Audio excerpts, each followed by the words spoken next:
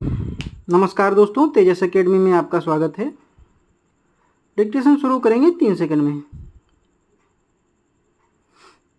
विदेशों से भारत के संबंध मैत्रीपूर्ण बने रहे हैं, यद्यपि कभी कभी गलतफहमियां पैदा हो जाती हैं। इस समय मेरी सरकार के प्रतिनिधि चीनी गणतंत्र की सरकार से तिब्बत के संबंध में सामान्य हित के विभिन्न मामलों पर बातचीत कर रहे हैं। मुझे पूरी आशा है कि इस बातचीत के परिणाम स्वरूप सभी विशिष्ट समस्याओं के बारे में समझौता हो सकेगा।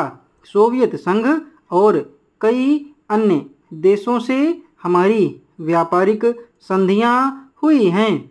पिछले वर्ष हमारे प्रधानमंत्री पाकिस्तान के प्रधानमंत्री से मिले।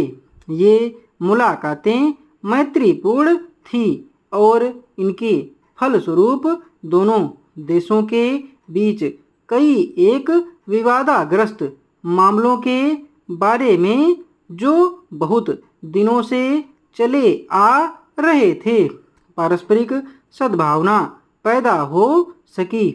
इस दिशा में हम कुछ आगे बढ़े थे, पर दुर्भाग्य से कुछ ऐसी घटनाएं घटी हैं जिनके कारण प्रगति में रुकावटें पड़ रही हैं। मुझे खुशी है कि मेरी सरकार और श्रीलंका की सरकार के बीच श्रीलंका के भारतीय प्रवासियों के प्रश्न पर समझौता हो गया है। इस समझौते द्वारा उक्त समस्या का अंतिम रूप से निपटारा नहीं होता, परंतु उस दिशा में यह पहला कदम है और समस्या के हल के लिए गंभीर प्रयास है। इसलिए मैं इसका स्वागत करता हूँ। अपने पड़ोसी राष्ट्रों श्रीलंका तथा बर्मा से, जिनके साथ हमारे भौगोलिक ही नहीं बल्कि चिरकाल से सांस्कृतिक संबंध भी हैं, मैत्रीपूर्ण संबंध को उन्नत करने का मेरी सरकार सतत प्रयास कर रही है।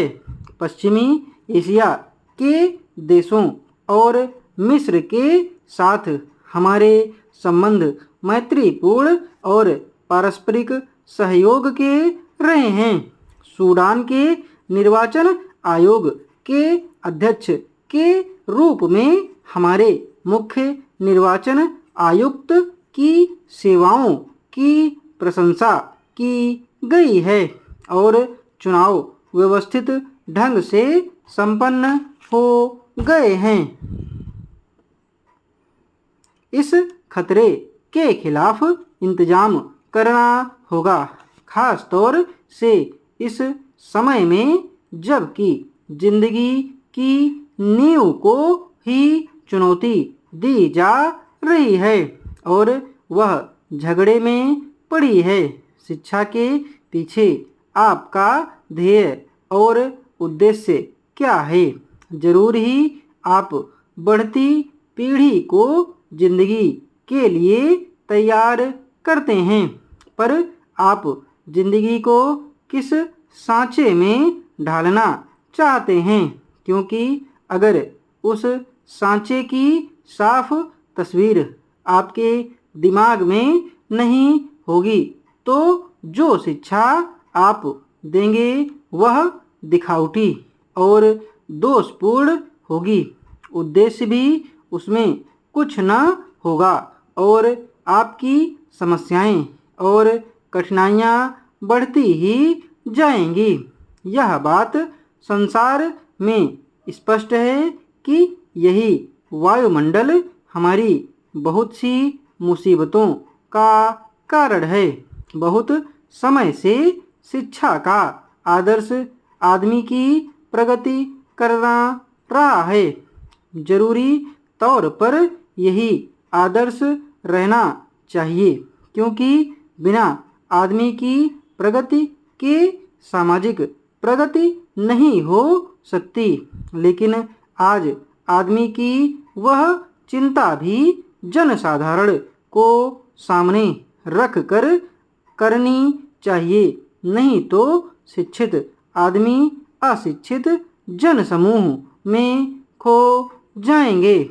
और किसी भी हालात में क्या यह मुनासिब है? डिक्टेशन की स्पीड 90 शब्द प्रति मिनट रही है। इस डिक्टेशन की PDF और आउटलाइन आपको हमारे टेलीग्राम चैनल पर मिल जाएगी। टेलीग्राम चैनल का लिंक नीचे डिस्क्रिप्शन बॉक्स में दिया हुआ है। धन्यवाद।